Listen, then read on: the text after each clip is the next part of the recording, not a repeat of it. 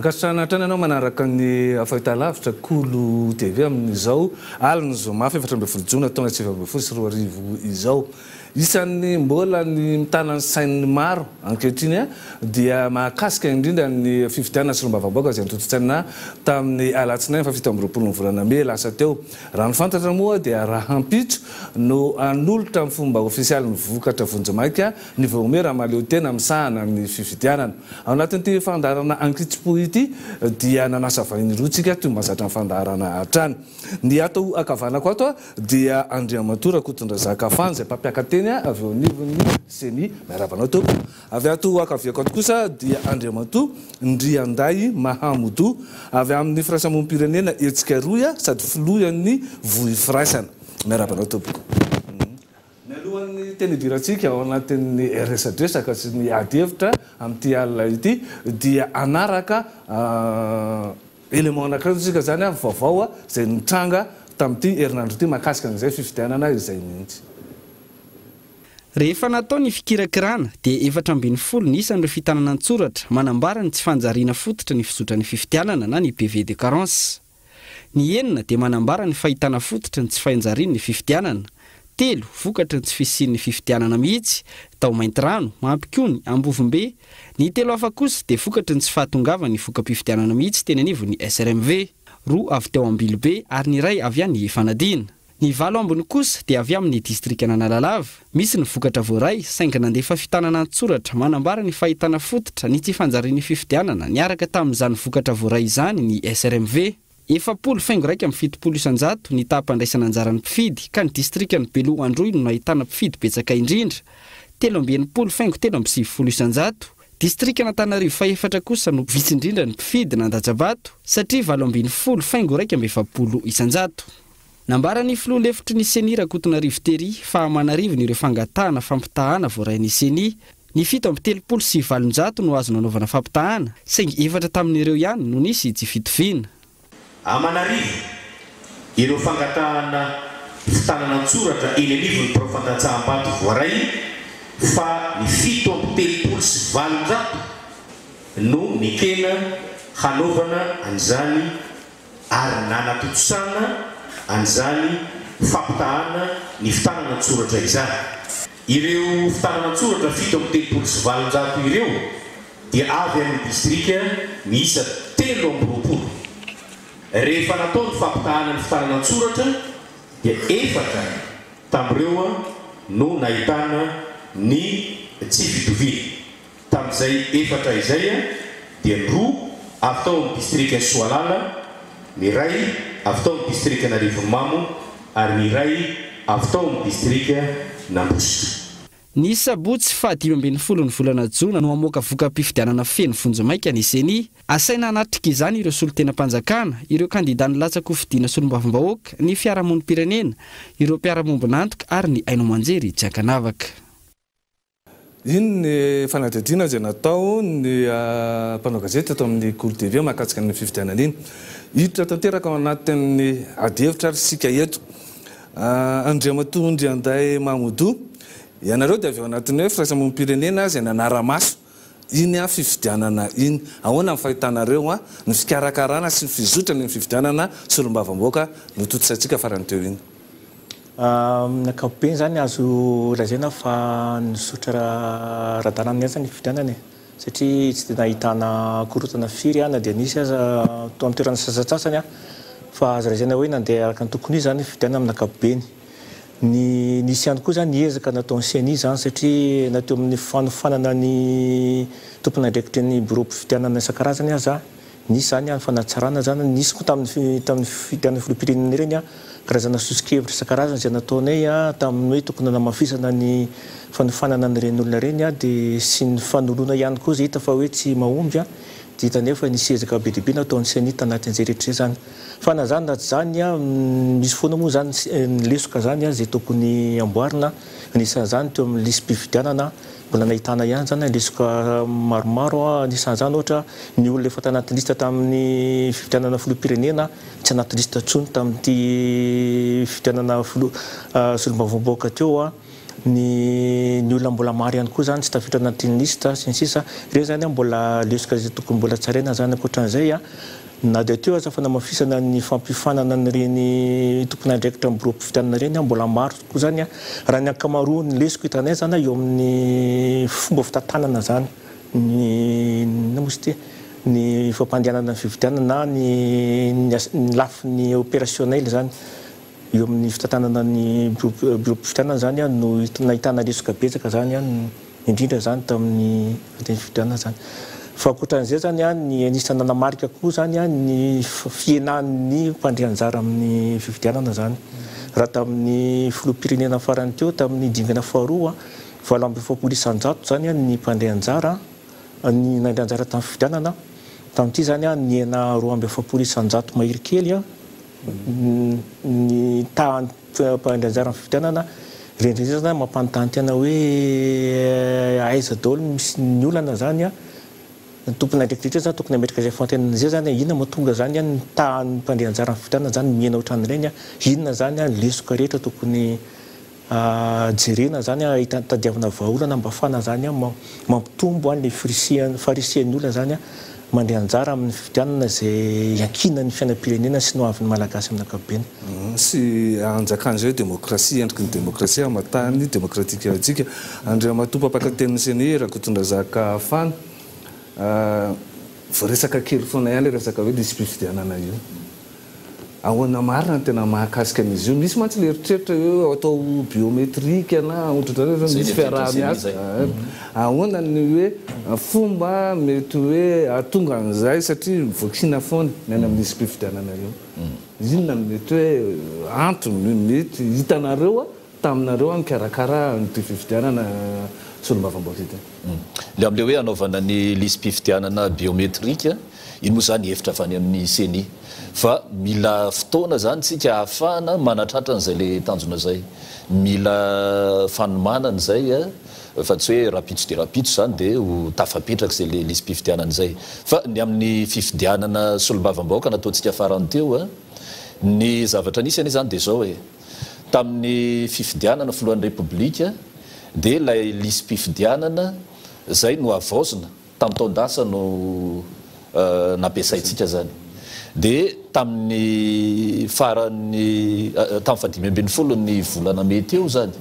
dia ny faranana ihany koa zany lay fanavaozana ny lisy-pifidianana farany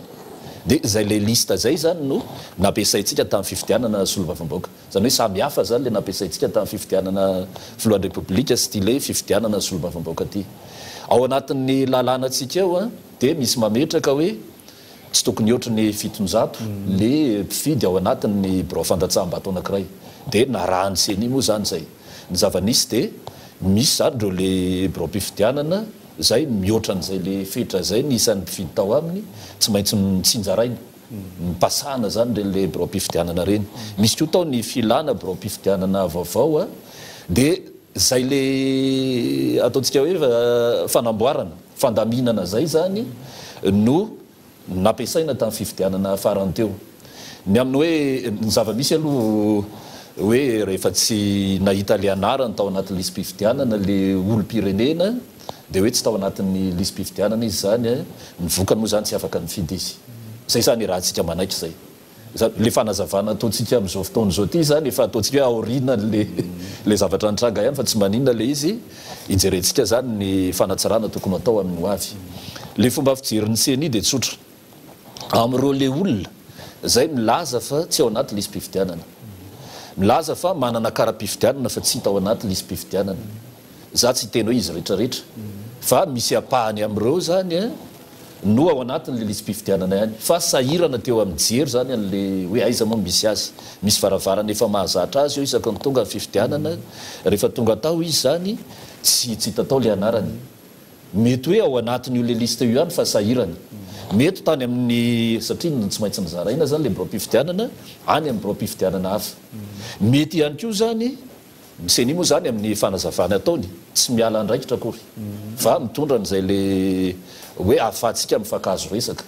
mety misy lafiny tao zany lesoko atokoa teo amin'le fanaparitana azy lasa nipitika any amin'ny birao mpifidianana tsy azo nieritreretina mihitsy zany le olona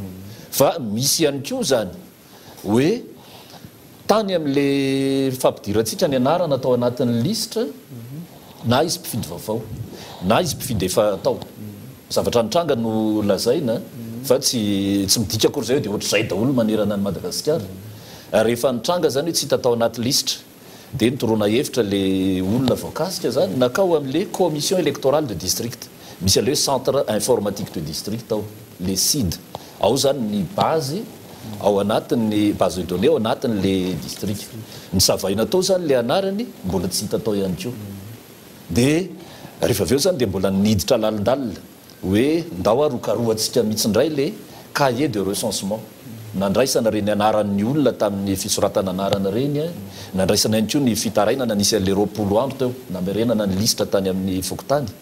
dia natao anatin'le carnet ihany koa zany ny fitarainana nataon'ny olona zany voaray dia rehefa tena savaina zany le carnet avy any amin'ny fokontany ao amin'le commission locale de recensement des électeurs tao mihitsy zany no namafa le anaran'le olona laza moa le olona fa tsy nitondra fanamariana izy tsy nanao fanambarana izy fa tsy eo amin'ny fokontany tsony fa ny zava-misy zany dia voatsipika reny le anton-javatra samy hafa reny zany no anisan'ny fototra zany na tonga n'le tsy fahatombanana teo amin'ny lisym-pifidianana raha ataontsika hoe indray miodina zany le izy hitsitsika ao amin'le andron'le nanatanterana fifidianana mihitsy satria zareo firaisamonim-pirenena zao nilaza hoe nizotra le fifidianana fa teo amin'le fanatanterahana le fifidianana zany hoe tao anatin'ny birao mpifidianana nandritin'ny andro nanaotsana fifidianana nahita lesoka avy aiza zany natonga an'izay lesoko zay satria nanlaza zareo tao hoe ampy mihitsy izy dia nisy le fampiofanana fa inona natonga an'izay hoe rehefa ao efa imbetsakitsika nanao fifidianana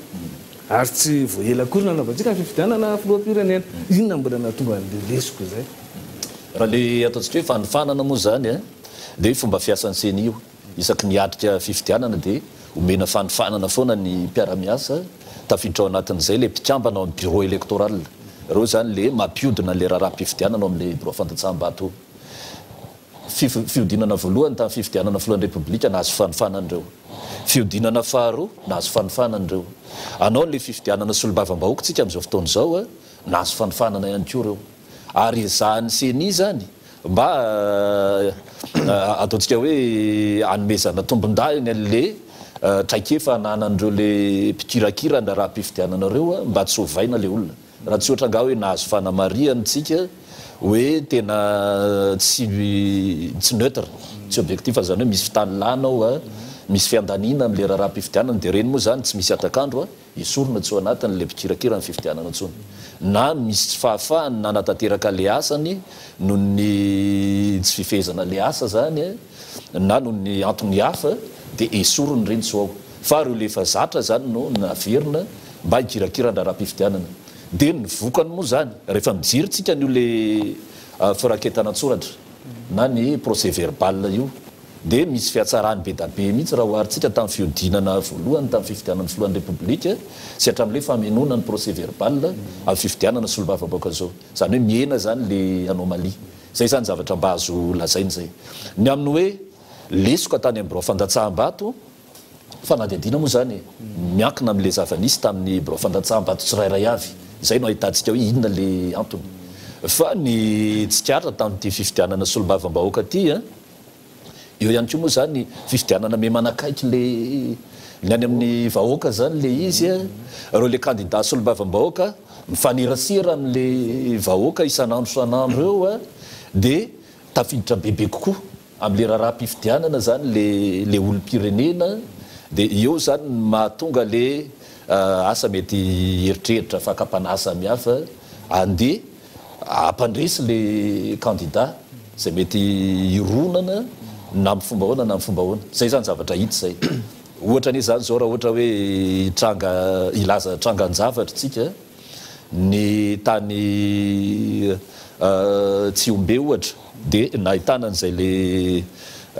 karazana tsy fanarahan-dalàna zany tamin'ny raharaha-mpifidianana zay dia ny zavatra natao moa zany dia ny fandefasana ny raharaha any amin'ny tompon'andraikitra mahefa eo amin'izay le lafiny zay bourrage d'urne zay zany zava-nitranga tany Tsiombe zay zany le zava-misy fa ny any fitsarama moa zany manao fanadihadiana ary nisy tamindreo le mpikambana ao bureau fandatsaham-bato tamina bureau fandatsaham-bato anankiray tany zany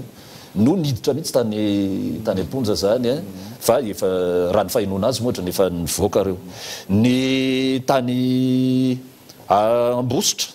dia ny zavatra nitranga tany zany amina tranon'olon-tsotra no trahatehaka atao zany tratra ambodiombo araka ny fitenenana ny andeha anova ny firaiketanantsoratra dia nisy tompon'andraikitra ihany koa tao any amin'ny fokotany ao bureau fandatsaham-bato ary ny tompon'le trano nanaovana n'zany le zavatra zany no efa nampidirina ponja vonjomaika zany amintsika amiteny zao ny tany iosy moa tsy iverenana antsony misy mpiara-miasa aminay noho izay le hoe fanaovana osoka amina lisy mpifidianana zay votana vonjomaika ny ponja ihany koa reny zany le zava-misy raha ataontsika tompomaso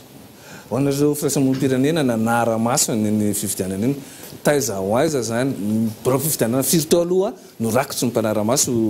nareo firaisamonim-pirenena ao anatin'ny hetsika roa zay zany nanana mpanara-maso teo amin'ny 10 teo zany manerana ny faritra 40 Madagasikara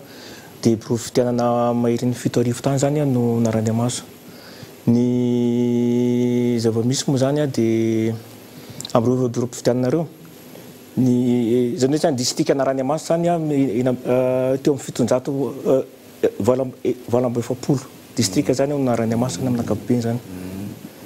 dia tao anatin'izay hoe taiza ny teny hitanareo nisan'izay hoe tsy fahombiazana araka ny tenenao indrindra nandritra nylay andro mpifidianana ho andreo mpikambana ao anatin'ny bureau mpifidianana sika matetika amin'ny district commune lavitra zany lavitra ny tanàn-dehibe zany matetika sy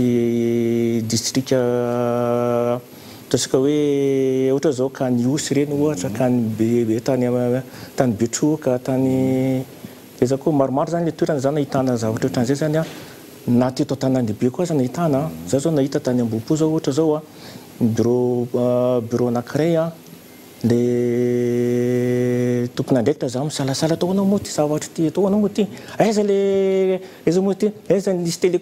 ny carte ty le bulletin zany tsy hita nefa bulletin naty sachet ngeza be plaque be ngeza be zany tsisy bulletin ato dia nisy nitena hoe ato nge le izy dia nisokafana amin'izay zay ay moa ty le izy zanareo akoatra zay koa zany le candidat koa zany betsaka koa zany tsy ampy fiofanana tsy malala zany zay tokony atao le délégué le candidat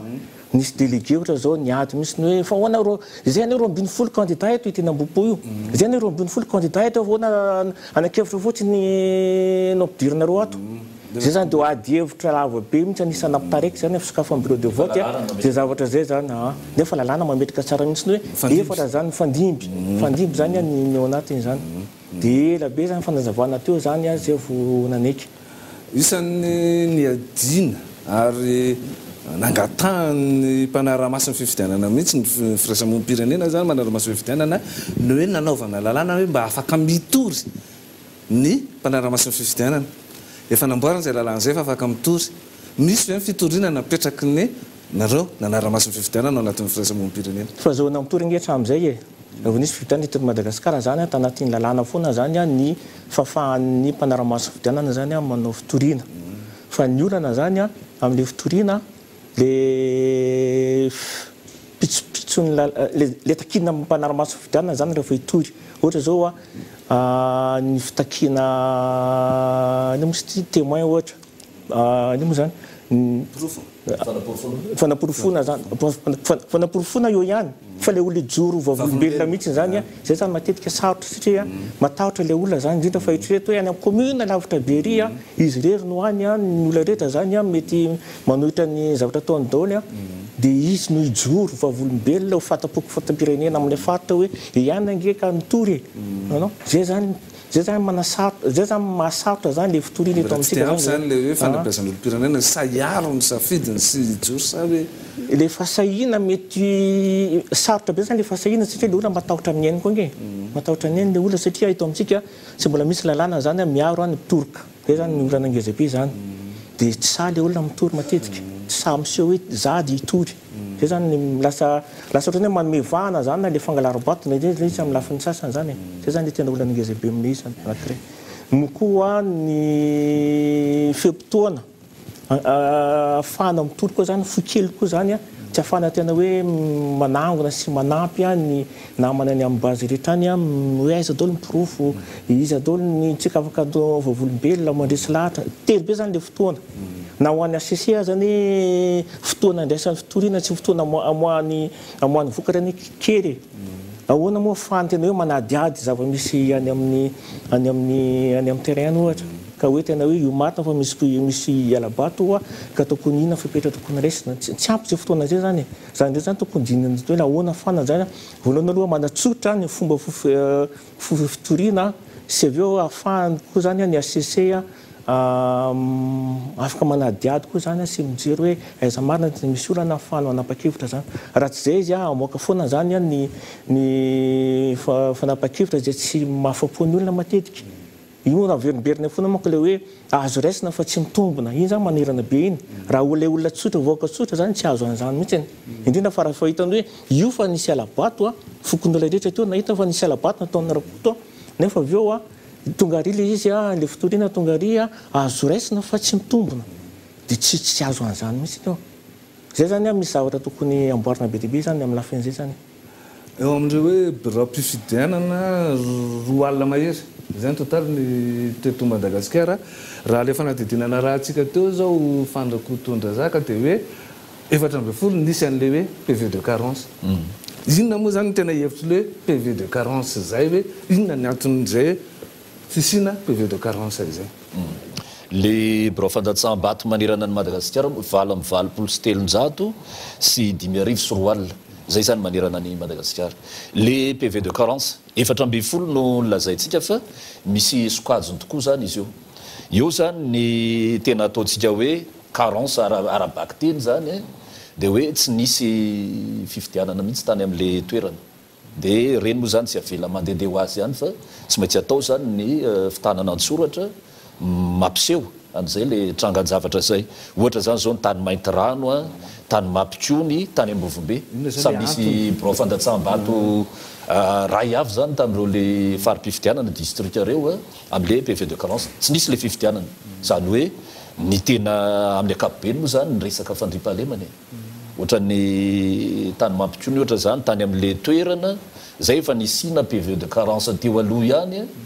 no mbola niverina zany eo anatin'io le commune io zany no tsy fandriampahalemana matahotra ny olona andeha anao an'le raharam-pifidianana satria tsy milamina dia tsy nisokatra mihitsy moa zany le birao-pifidianana dia eo ihany koa zany hoe nisy le fifidianana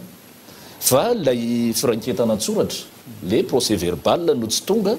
any amin'le tompona andraikitra tsy tonga atao amin'ny SRMV dia natao PV de carence ihany koa zany zay dia misy tranga anankitelo ihany koa moa zany zay anankiroa tao Ambilobe dia anankiray tany Fanadina ny tao Ambilobe ohatra zany hoe eny an-dalana dia hitondrana n'le vokatra iny makany amin'ny SRMV no nisy nanakana zany nisy nanakorotana dia tsy tonga tany amin'ny SRMV mihitsy le firaiketana an-tsoratra amina birao-pifidianana anankiroa dia ny akoatr'izay moa zany misy anankivalo ndray kosa zany amin'ireo le 4,0 reo tany amin'ny district ny Analalava le zavanitranga atao indray dia tonga teo ampelantanany le SRMV le sampanampanisa vato somatsara ny fitanana an-tsoratra fa rehefa le nijery zany nikirakirandreo zany ny tao amin'ny SRMV dia nahita hoe misy anomalie zany hoe misy lafin-javatra tsy ahafahana mihitsy zany nitrandraka an'ilay antontan-taratasy zany tao navadibadika fa tsy tafavoaka mihitsy dia nataon'zareo moa zany ny PV de carence noho izay le lafin-javatra zay dia alefany amin'ny fitsarana avy mba lalam-pandrenana ny azonona zany dia tsy maintsy mbola iverenany ny fitsarana avy mba lalam-pandrenana reo zany izy no tompon'ny teny farany ahafahana mahita zany hoe inona ny fipetra raisina manoloana an'izay tsy manova n'lay mety voka-pifidianana vonjomaika be fisin'izay hoe PV de carence sa ahoana moa ny filazan'ny lalàna zany manoloana an'izay ny CENI anie zany tsotra satria ny CENI amin'le vokatra vonjomaika io dia mamoaka izay vokatra amin'le antontan-taratasy zany zay tonga eo ampelantanany raha ataontsika hoe nisy ny tsy fanjariana zany tao a nisy anomalie tao a hitan'ny CENI de ny ataon'ny CENI zany de ny manao ny fanamariana de alefany amin'ny fitsarana vibalalam-panorenana zany zay fa ny atao hoe kajin'ny CENI toy ny anak'Andriamaso zany de tsy mitidika ny vato ny candidat zay vato azo ny tany amin'ny bureau fandatsaham-bato izy zany no marinina de iny no avoakan'ny CENI ary amin'io le rapitso ary am'le famoahana ny vokatra vonjimaika ny alarobia de ho avoakan'ny CENI araka ny filarany am'le bileta tokany filarandreo le candidat zany ny vato azo ny candidat tsirairay avy ny CENI zany de tsy andahatra mihitsy hoe iza ny voalohany iza nahazo vato be indrindra iza no laseny tsimbazaza anjara ny fitsarana vibalalam-panorenana zay fa ho avoakan'ny CENI zany anatin'le mangarahara isaky ny district ny vato azo ny candidat rehetra zay ny faninana tamin'ny fifidianana eto moa zany de efa ampiomanina ny any amin'ny faritra samy hafa any raha ohatra ka tia anaraka an'izay de mandray satria tsy hotadidy an-tsaina le izy mba mandray noty kely zany numéro an'ny candidat de nisan'ny vato azo ny afatsika manara-maso an'izay le vokatra zay am'izay vokatra zay antsikaritra ndre matondry anday mahamotoa de le hoe sahirana lay mpifidy voka malagasy eo am'lay hoe indrindra zany eo am'le district manana solombavam-boaka roa eo amin'ny fikajikajina an'lay vato inona ny hoe antony nahatonga zay tsy ampy mifanentanana nataotsika isika hoa satria ny ainao manjery de nisan'ny tokony anentana atao anatin'izany da toetra mikodev manokana moa de niezaka mihitsy nanao isika firaisampon'ny pirenena ihany koa inona mety tena hoe nanahirana an'le izy le endrim-pifidianana mihitsy ve le endrim-pifidianana natao mihitsy hoe manahirana an'le olona sa hoe tsy tafita lay fanazavana sy ny afatra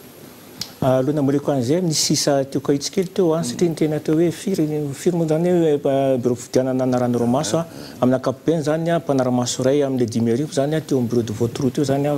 manodididida teo zany vitan'ny tsirairay zany zany hoe zany mety eo amin'ny antsasan'ny eo zany na mahery kely ny bureau fidianana misy eto Madagasikara zany no narahany safidy maso zany kasika le fanentanana teo ny fanentanana moa zany tsy ampy foana zany mazavatra tsara mariny zany na miezaka zany tsirairay satria le fahatarantsika zany eo amin'ny fahazahoana zavatra eo amin'ny ina moa ity eo amin'ny fatakarana zany le satria na atao hoe république zany kamaroan'ny malagasy tsy mahazo ndika an'izany ino moa zany république zany ino moa zany hoe natao hoe olo-pirenena zany mbola misy ezaka be dibe zany tsy mety atao zany olo-pirenena miaina anatina rafitra républicaine zany mbola misy fanazavana be dibe zany atao zany indrindra fa rehefa hitan'ny fifidianana am'izay tsika zany rehefa avy eo ny fametana atao hoe solitena voafidy fidiny vahoaka iny zany mbola mila ezaka be dibe zany atao eto Madagasikara zany mety mahatonga an'izay ngamba hoe satria betsaka ny tsy mbola mahay maky teny sy manoratra mbola betsaka ny tsy tena hoe maharaka ny fiainam-pirenena sy ny sisa ankoatran'izay ihany koa zany le ny hainao manjery misy eto amintsika zany tsy hainao manjery tena hoe manabe sy mitaiza le olo-pirenena ma olo-pirenena anazy zany mandray andraikitra zany eo amin'ny fiainana politika zany zay koa mbola ezaka lavitra be satria matetika ny fanabeazana ny fanazavana rehetra atao zany matetika amin'ny tanila na manaratsy na fa tsy tena hoe mandeha amina fomba tena hoe mahitsy manazava amin'ny olo-pirenena zany ny zavamisy ny fomba entina mandinika ny zavamisy aiza misy ny tombotsoa isan-karazany tokony arovana tombotsoa ny vahoaka tsy tena mandeha amin'izay loatra zany zany rehetra zany olana fototra daholy ankoatran'izay koa ny olana zany eo amin'ny fifampitokisana zany zay koa zany problème anankiray koa moa ve tena mahatoky tanteraka ny CENI ny vahoaka moa ve mahatoky tanteraka ny HCC ny vahoaka moa ve mahatoky tanteraka le rafitra mikarakara ny fifidianana ny vahoaka zany rehetra zany mbola misy ezaka be dibe satria misy ezaka ataon'ny CENI iza zany tsy lavina mihitsy zay ohatra ataoko zao fa elabe anao mifantatra tsara atao amikona hoe zay taloha tsika niaraka atao taloha reny nahita tsara zany hoe ahoana zany le firosoana teo amin'ny ezaka natao zany fa amin'ny lafiny ray koa zany misy fiamorana ihany koa satria raha ny tokony izy ny toetsaina entina manatanteraka zany fidianana zany tokony toetsaina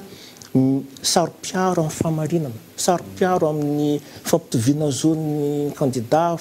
sarom-piaro amin'ny fampandraisana anjara n'olo-pirenena rehetra mandray anjara amin'ny fifidianana sy ny sisa zany rehetra zany efa matetika tsy hita matetika tsy hita raha mijery atsika ny teny fanolorana ny lalàna fehizorono zany loi organique 2008 raha voalaza ao tena tsara be ny le hoe fanirina zany metrika fifidianana tena hoe mitombona tsara mipetrapetraka fanaraka amin'ny fenitra irasim-pirenena sy ny sisa fa rehefa mijery an'le lalàna anao tsy arakarak'izay tsy arakarak'izay mihitsy satria na dia tsy fametrahana fotsiny ohatra ny fetra eo amin'ny ny etimana nanaovana ny fampilezan-kevitra ohatra dia tsy mampitovy lenta ny candidat ohatra ny fehim-potoana omenan'ny olona isoratra anarina tsy mampitovy lenta ny candidat ohatra dia ny rafitra petraka izay moa le fantenina teo hoe le système électoral zany le rafitra petraka raha ny tokony izy raha ny fenitra irasim-pirenena zany hoe fifidianana zany tokony zavatra tsotra mora azon'ny olona dia mora eken'ny olona rehefa mandeha mizotra tsara mazava tsara mangarara tsara dia mora eken'ny olona ny vokatra tsika zao mampiditra zany fomba fifidianana amin'le district misy candidat anankiroa dia misy kajikajy be zay aloha dia efa tsy azon'ny olona satria fomba sarotra zay zao tsy azon'ny olona tsotra le système électoral mode de scrutin proportionnel plus fort moyen zay zao ohatra zao hoe mampitovy letan'ny candidat ve zany satria zay mazava be mihitsy ny antoko matanjaka aina tafiditra amin'izany dia manilika ny candidat madinika zany rehetra zany mahatonga zany le olona zany lasa misalasala hoe ahoana ihany ity zay kajikajy resantsika teo zay zao mila fanetanana be zay satria amoaka ny résultat zao ny HCC zao ho an'le vo malagasy tsotra ny asa dia tsotra fotsiny hoe iza nahazo vato ambony indrindra iza ny faharoa dia tokony roa ny lany nefa rehefa ataony kaja tsy voatery zany tsy voatery zany mihitsy fa mety le candidat nahazo vato betsaka indrindra ny antoko misy azy no manolotra candidat anankiroa ny mosy ty ny député anankiroa fa le nahazo vato faharoa mety tsy mahazo ninina tsy mahazo toerana mihitsy dia zay zany mila zavena amin'ny olona zay fa sarotra amin'ny olona azo an'izany zay zany le hoe raha fifidianana zany tokony zavatra tsotra ny fomba fanatetarana fifidianana zany tokony izy tokony zavatra tsotra mora azon'ny olona dia mangarahara dia mora eken'ny olona zay ihany zany no tsy ampisy korotana zany hitra amin'le raha-pifidianana ihany sika amin'ilay hoe resana teo amin'le fanadidina raha tsika tena amboalohany iny dia hoe eo amin'ny fampitahana ny vokatra eo amin'le fikirakirana teo anivon'ny seni mihitsy zany an'ilay vokatra tonga misy moa le hoe PV scanner fanazava iny dia tonga amin'izay le tena PV tena izy ireo tahirin'ny tsoratra ny fifidianana nangataka ny olona maro amin'ilay hoe ny tena candidat hoe ana fampitahana lasa fomba any moa le hoe mitombona fa tsy manao azo raitsy raha fa tsy mitombona le fomba fitenena izy satria hoe anarivony tonga fito amin'ny telopolo sy valonjato ihany no azonao atao dia fampitahana mba azonao andra matorakotondra zakafany hoe ahoana ny fomba le mikirakirana fohifohy an'ilay vokatra mihitsy zany mandrapa tonga an'ilay famoana azy vonjy mainka mindry avy any amin'ny bureau fandatsahambato tsy manina vela CRMV le amin'ny arivany vanandro ny fifidianana tamin'ny fafito amby roapolony volana May moa zany anaovantsika ny fifidianana teo dia arafitra zany ny fitanana tsoratra rehefa vita ny fandatsahambato reo le délégué ny candidat zay tao anatiny io bureau fandatsahambato io ny asa atao ny tontolony andro ary teo izy tamin'le fotoana nanaovana ny fitanana tsoratra dia mahazo sosony ray zany amin'iny le procès verbal iny dia reny moa zany le hoentin'ny candidat na ny mpanohana azy makao amin'ny CNI anaovana le confrontation miala eo zany nyvokatra ao amin'le bureau fandatsahambato dia entina makao amin'le SRMV sampanampanisa vato io zany dia rafitra eo anivole vao miera misana fifidianana eo amin'ny district dia matetika moa zany mpitsara no filohany io le SRMV io reo koa zany dia mbola manao an'le fanamarinana samihafa le traitement des résultats dia mifarana amin'ny fanaovany ihany koa zany ny fitanana tsoratra procès verbal ny SRMV zay le asany mandritra ny 5 andro taorina ny datany fifidianana any anivon'ny SRMV dia efa azo atao zany le confrontation dia ny aty amin'ny CNI moa zany nanana 5 andro zay raha isaitsika io 5 andro dia mifarana amin'ny latsinainy zany hoe azony CNI atao zany ny nanambara ny vokatra farafatarany tamin'ny latsinainy fa rehefa vita moa zany ny asa de io le sabotsy rapitso zany no hita hoe andao anaovantsika le fanambarana ny vokatra ny tao amin'ny seni de zao ndray zany le fomba fiasa ny arivan'iny fa 7 ny volana me iny de efa niatra natao zany ny mpiara-miasa rehetrarehetra ary nisy asa moa ny tanora zay nalaina manokana zany mba anampy eo amin'le exploitation fitrandrana reny le vokatra reny de io arivo io zany ny seni efa tao miandro ny tendance zany hoe le procès verbal tany amin'ny SRMV nalaina sary de nalefa ty amin'ny CNI raisina zany amin'ny ordinateur an'ny CNI aty amin'le Centre National de Traitement des Données Informatiques de iny zany le atao hoe PV scanner teo zany namoahanay aloha ny vokatra ny tendance na ny fironana rehefa tonga kosa zany le procès verbal tena izy zany hoe le nasina sonia na rafitra tany amin'ny bureau fandatsaham-bato de reny zany nampitahinay tamin'le procès verbal scanner efa tonga ihany koa miaraka tamin'le procès verbal tena izy ny atao hoe fiche de dépouillement et de pointage zany hoe le takelaka io zany zay andraketana ny vatoazo ny candidat na rafitra tany amin'ny bureau fandatsaham-bato ihany koa nataon'ireo le scrutateur na ny mpanisa vadisoni de nampitahina ihany koa zany tamin'le PV scanner zay zany le asan'ny CNI ao anatin'izay le asa zay na ny procès verbal scanner na ty amin'le fampitahana de mandalo dingana samy hafa izy io ny voalohany aloha zany de atao le impression zany hoe atota lizy ho an'le procès verbal scanner avoaka zany amin'ny famitana printy de eo ampelatanana de rehefa avy eo zany mandalo dingana ao anaty vondrona na groupe d'exploitation ny fanamarinana samy hafa jerena amin'ny atsipriany mihitsy hoe tena mitovy ve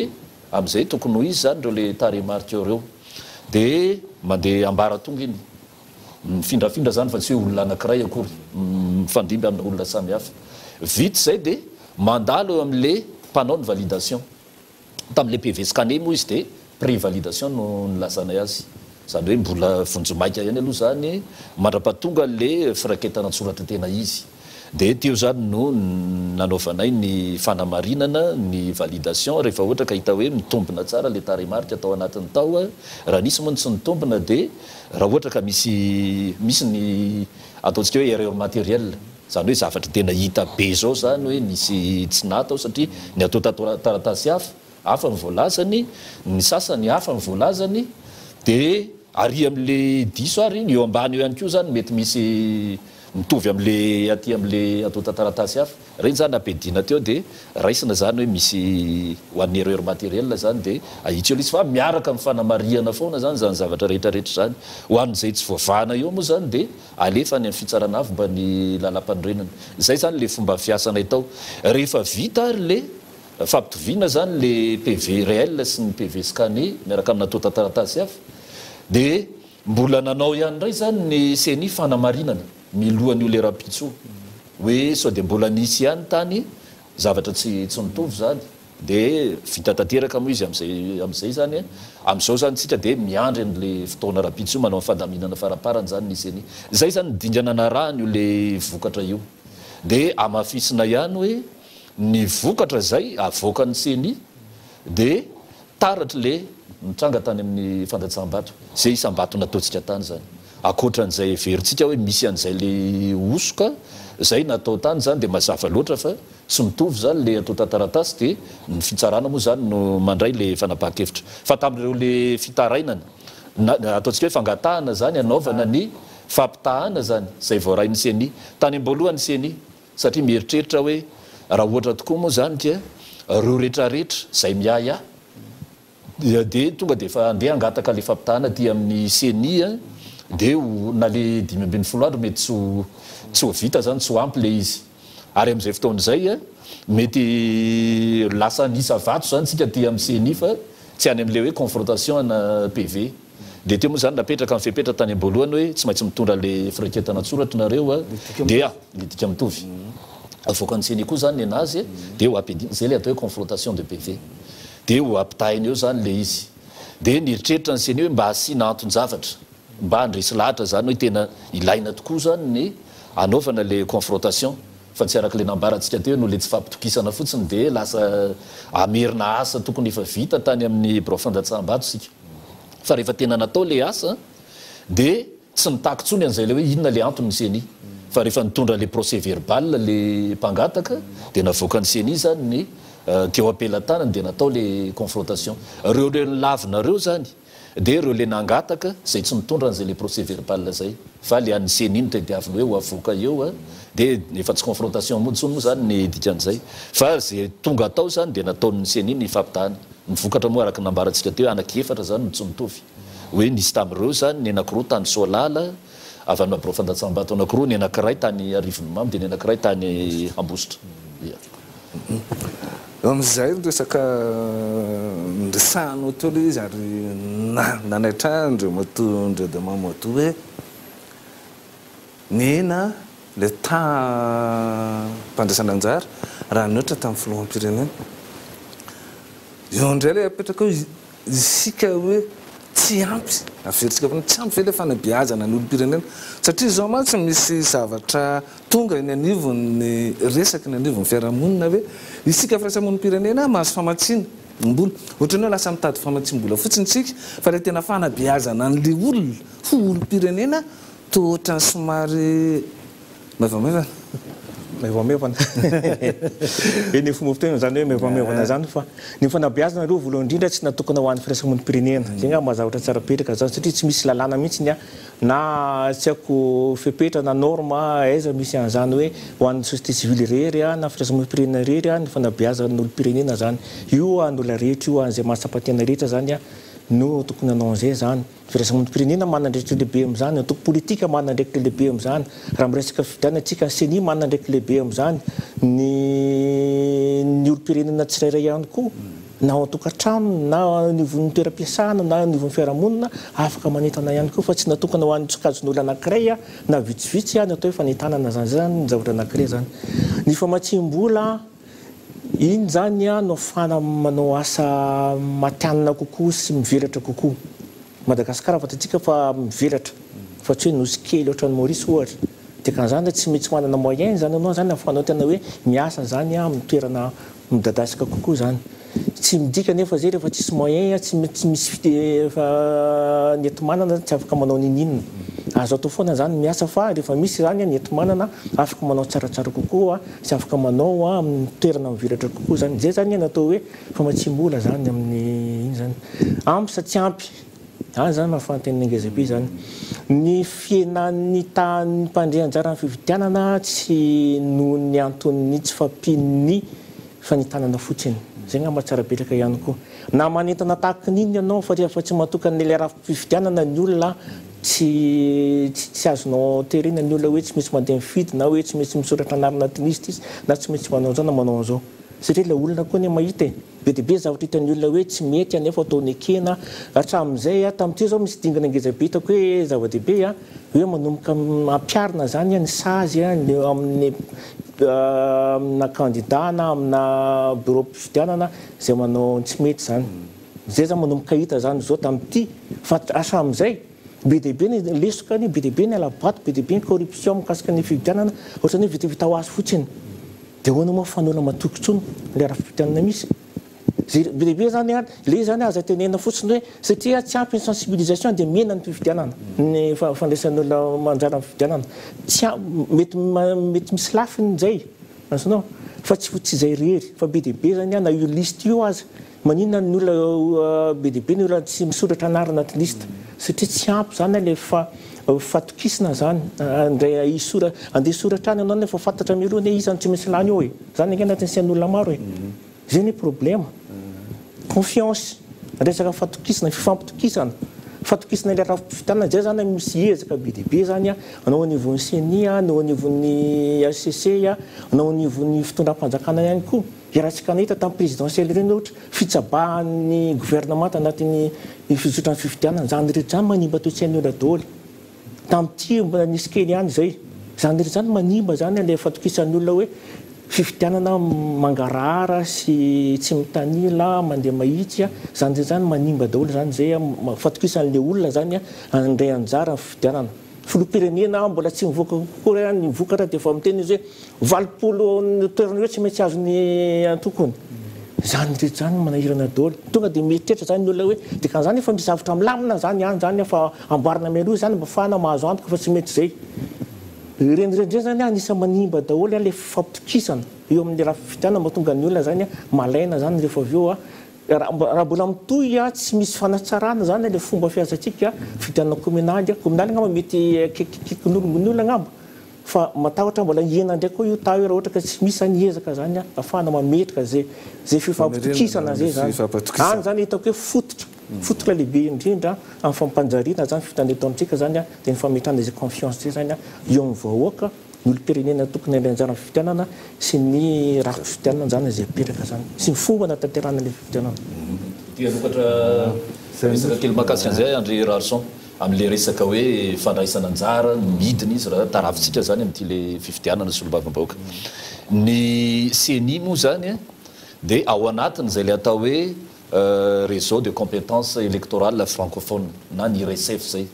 ary ny filohan'ny CENI dia filoha-lefitra io le RECEF io tsy elakory zay dia nisy fivoriana zany fandalinana nataony RECEF tany Romania ary nanana solotena tamin'izay zany ny CENI Madagasikara dia ny zavatra nisongadina tany zany dia zao hoe io le fidinany fahavitrian'ny olona mandray anjara amina raharaham-pifitianana io zany dia tsy tsika eto Madagasikara fa amin'izao fotoana izao zany dia rivotra mitsoka zany zay le zavatra misy zany amin'izao fotoana izao dia rehefa nataony zareo moa zany satria amin'izay le hoe compétence avy amina tany samihafa maneran-tany miteny frantsay zany no nivory tao anatin'io le fionana io dia samy manana ny fomba fijeriny rehefa natambatra daholo zany reny le hevitra rehetrarehetra reny dia antony voalohany mahatonga n'izay le hoe tsy fahavitrian'ny olona andray anjara ny fifidianana eo aloha zany ny amin'le fihetsitry ny mpanao politika sy ny fomba fanaovana politika tsy eto amintsika ihany zany io ny anankiray faharoa rehefa nalahatra le izy tsy fahampino le fanabeazana hoe tokony mafimafy tokoa zany le fanabeazana dia ny fahatelo zay moa zany tena tiako asongadina hoe any amin'ny fahatelo zany dia tia le fampiasana ny réseaux sociaux na ny tambajotra sosialy ity zany io zany amin'izao fotoana izao dia tena mahazo fakany amin'ny fiarahamonina samihafa any ny zavatra hita ao anatin'le réseaux sociaux amina raharaham-pifidianana nefa dia io zany le irresponsabilité zany hoe le fanehoan-kevitra ao tsy fanehoan-kevitra tena tompona andraikitra le vaovao alefa ao amin'ny réseaux sociaux mamilana ny tokony ho izy désinformation dia reny zany lasa misy fetraikany eo amin'le fahazotoana amin'ny fandraisana anjara amin'le fifidianana zay moa zany zava-misy ny tao anatin'le fikaonan-doha zany zay fa ny tiako lazaina raha ohatra hoe misarika ny saitsika zany hoe hiverina eto Madagasikara hoe mety toy izay tokoa ve zany ny zava-misy eto amintsika satria raha le taux de participation nambarantsika teo ny ambany indrindra zany zao dia ny eto Antananarivo faefatra any amin'ny 20 faingo 2.7 satria ny renivohitra zany mpikirakira no le réseaux sociaux any amin'le ambony indrindra any Belohandroy 3.7 faingo 3.9 izy zany tafakatra ambony be teniteny foana mozy milaza hoe raha mpitaina aty amin'ny renivohitra mety vitsivitsy ngamba mampiasa an'izay le réseaux sociaux hoe tena tafapaka tena misy fetraikany amin'le raharaham-pifidianana ve le fampiasantsika le réseaux sociaux dia inona ary ny hoe efa ezaka nataony CENI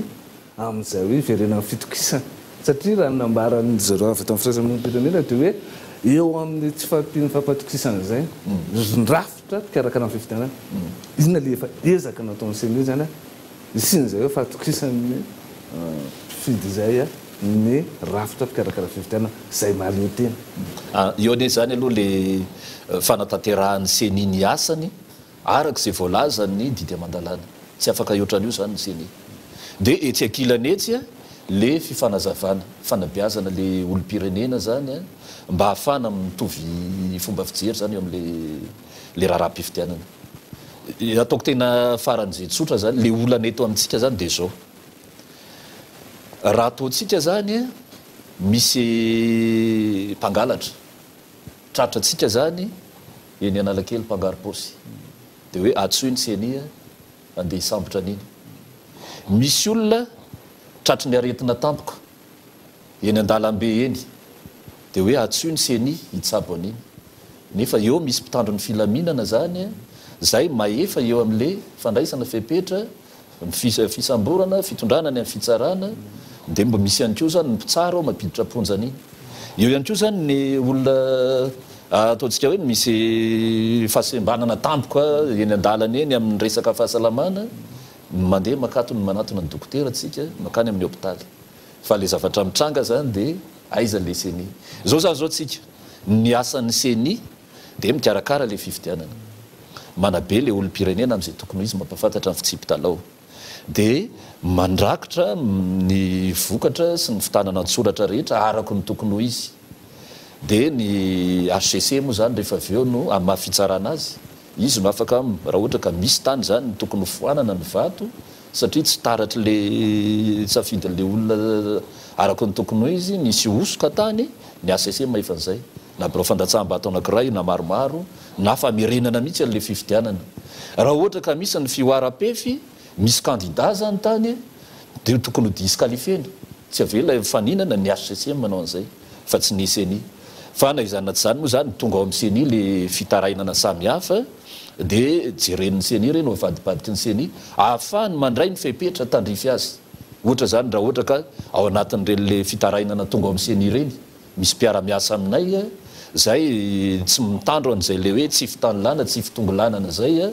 nandeha hita be zany hoe na tsikaritra hoe misy an'izay le loko politika zay teo amin'ny fanatanterahany asany andeha anomezana tombondahy ny candidat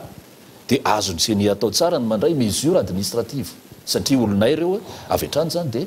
foananay zany tsy ho anisany mpiara-miasa aminay intsony ny akoatr'izay dia mandeha makany amin'ny raharaham-pitsarantsika raha ohatra ka misy zany ny tokony hanenjehana azy satria akoatra le lazaintsika mantsy hoe ny fitsarana vombalalampandrenana no mahefa amin'ny raharaham-pifidianana eo zany amin'le fampelezan-kevitra amin'le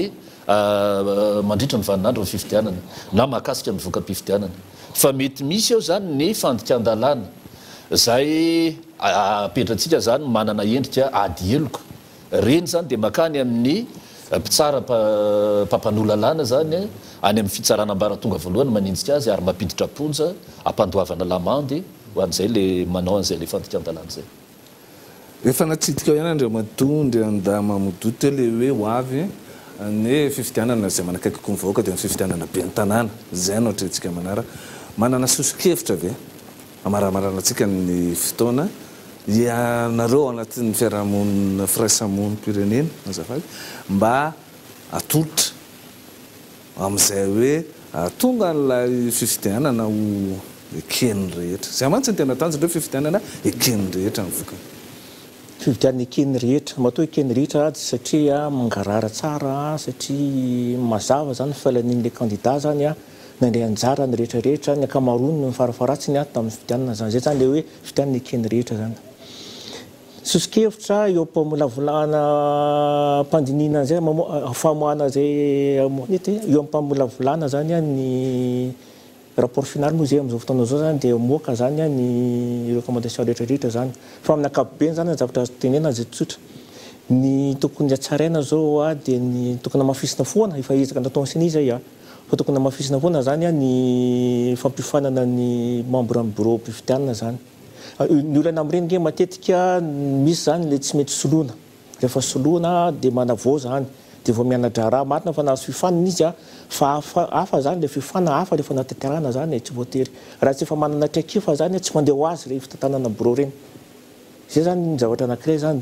zay zany no nisan'ny zava-dehibe tokony amafisina zany zay dia zavatra faharoa ihany koa misy le cellule de veille CNI zany zay manara-maso ny hainao manjery zany mandritra ny fifidianana io koa zany mila mpiarina zany io zany satria hitany hoe tsy ampy zany le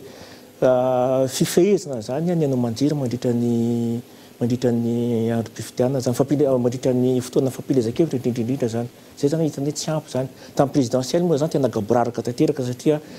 fanaratsy fanopo anatin'ny radio hainao manjery sy télévision ny olona any amin'ny Facebook sy ny karazany iny zany tena natorina mihitsy hoe zay manokana taty firaisamonim-pirenena natahotra hoe hiteraka zava-doza satria tsisy fifehezana tsisy fandraisana ndraikitra mihitsy tamin'ny législatif teo mba lefilefy zay zavatra zay zany na tena fa communal tsy dia isan'izay loatra tsony ko ngamba any zany mila zay mahita hoe le cellule de veille zany tokony andray an-tanana tsara zany ny fifehezana ny ny hainao manjiry zany indrindra fa mandritra ny fampilezan-kevitra koatran'izay fampiarana ny sazy zany izay hita fa hoe miopefy rehetra zany tokony ampiarina ny sazy mba fahan'ny olona zany mahita hoe ry ny opefy nanao an'izao izy dia io fa misy sazy mifantatra ny olona hoe zao sazinao zany le olona zay zany ohatra zao tamin'ny présidentielle teo le olona nanodikodina bulletin tany Ambohipo zao tsisy mahafantatra hoe moa nefa ranon'ny olona iny ohatra raha tsy maka fa tsy ohatra zay tsika zany ireny zany mila mazava amin'ny olona zany satria zay ihany nge afahana mametraka le fampitokisany hoe io fa nanao tsy nety io fa voasazy hitan'ny olona hoe io fa voasazy tokoa zay zany mila le fampiarana ny lalàna misy zany lalàna velona zany hatramin'ny farany tokony mahasarotiny seny zany za mosaka ty teny koa hoe seny fa tena mahaleo tena tanteraka satria be deaibe zany lalàna hita nefa tokony ovanao ohatra fotsiny ny seny marina hoe seny zany tena ndraiky tongeza be dia hoe mampanjary ny fizotra ny fividianana anankiray zany mamparoso azy araka tokony izy zany fa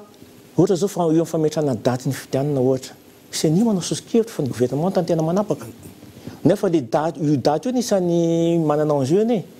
arakaraka zay mapetipety ny fitondrana zany daty mapety anazy no navoan'le daty hatreto aloha zany matetika daty narosony seny ihany zany no natanterana aloha zava-dehibe zay fa tsy voatery zay foana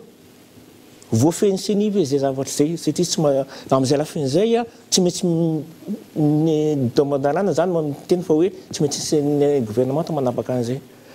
maromaro zany zavatra ohatran'izay anatin'ny seny zany zay hita hoe tokony jerevana akaiky mba fahan'ny seny zany tena manana fahaleovan-tena tahaka ny fametrahana io mode de scrutin io ohatra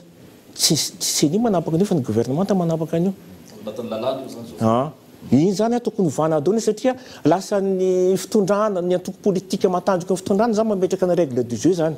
nefa tokony seny maleo tena mijoro arbitre zany tokony mametraka hoe règle du jeu ekeny rehetra zany mampitovy netany rehetra lasa mitanila zany natetsika na tsy tetsika ny fizotra fividianana anisan'ny antony zany tsy mapetraka zany le fampitokisana zany eo amin'ny na eo amin'ny samy candidat na eo amin'ny mosy ty ny vahoaka mpifidy zany sy ny raha-pividianana amin'ny ankapobeny ny rahantsika nahita moa iny tamin'ny taona 2024 sy 2024 maromaro kokoa ny olana tao amin'ny fametrahana nylay lalàna fezoro misy telo ny am'izay misy feny fifidianana teto amintsika iny amin'izao fotoan'izao moa tsika tsy manana nylay solombavam-boaka fa voiny fidy io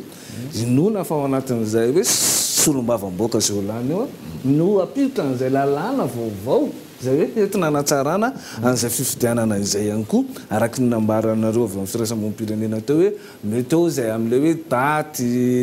ny seniva eny tokony karakara satria zay dia hitatsika niteraka resabe ary niteraka mihitsy fifidianana mialohan'ny fotoana azy tavana amin'ny fesoroariova ny fandaniana n'ilay lalàna fezora teny anivona teny miera ny pirenena omeko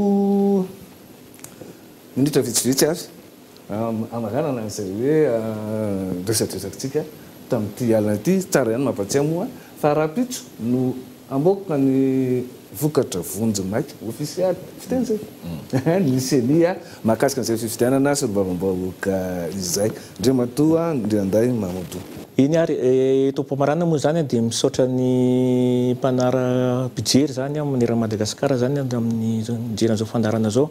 fa ny afatra lehibe anankiroa ty nampitaina dia io aloha zany ny fiantsonan'ny olom-pirenena rehetra zany amin'ny fatonina zany satria amoaka fidiana amoaka vokatra moa zany ny seni rapitso vokatra vonjimaiky dia ny ACC moa zany afaka 10 andro na 10 andro indrindra dia sy fitonina zany zava-dehibe satria tsy anatin'ny korotana zany no ahitantsika vahaolana zay zany zavatra anankiray zavatra faharoa miantso ny seni ihany koa sy ny ACC mba hitandro hatrany ny mangarara sy ny famarinana indrindra fa ny ACC zay amoaka vokatra farany manentana ny ACC zany amoaka vokatra mazava azon'ny olom-pirenena rehetra zany takarina tsotra zany satria zay ihany zany afana mametraka ny fampitokisana zany rehefa hoe reto avy zany no lany mazava amin'ny olona hoe tena roa tokoa ny lany no ny didy no ny fitsarana zay nataony takizay koa zany ny resy mazava hoe tena resy tokoa ro satria ny ataon'ny reto avy zany zay zany rehefa mazava dia matoko ny olona ary milamina ny sain'ny olona zany zay ngamba tena zava-dehibe indrindra fandrakotra zaka zay papaka teny ny avy anivany seny ny andray moa zany ny daolo be mihitsy tsy ho sorotsorita kokory le izy fa hoe ny rehetrarehetra zany dia mpiara-miombona antoka amin'le raharaham-pifidianana ka raha toa zany ny rehetrarehetra samy mijoro mandray andraikitra amin'izay tandrify azy dia mino marimarina fa iatsara io le raharaham-pifidianana zay ataontsika io ohatrany mampitsiriritra zany ohatrany hoe mahita ny any Cap Vert ny any Cap Vert zany tatao anatin'ny telo taona zao zareo nanao an'izany hoe école d'été zany hoe any amin'ny tsekoly mihitsy zany dia ampianarina mahakasika ny démocratie ny mpianatra zay ho tompon'andraikitra atsoatsy zany amin'ny raharaham-pirenena sy ny fifidianana dia hita hoe azo antoka zany fa mietsara ny fomba fijery ny atao hoe démocratie sy ny fiainana an'izany amin'zareo tafiditra ao anatin'izay moa ny raharaham-pifidianana ankasitrahany ianao nanaraka ny fandarana Ankitsimpo tamin'ity zoma alina ity ankasitrahako ihany koa izy amin'ny rahalaza ny vahiny teto amin'ny fandarana Ankitsimpo dia andriamatoa dia anday mamotoa zay avy amin'ny firaisan-monim-pirenena hetsika roa sady filohan'ny vohy firaisana raha koa tondrazahakafano mpampakateny avy anivon'ny seni rahampitso izany no amoaka an'izay vokatra ofisialy voajomaiko zay ny seni manomboka amin'ny 7 maraina eny alarobia mandrapitafatapoko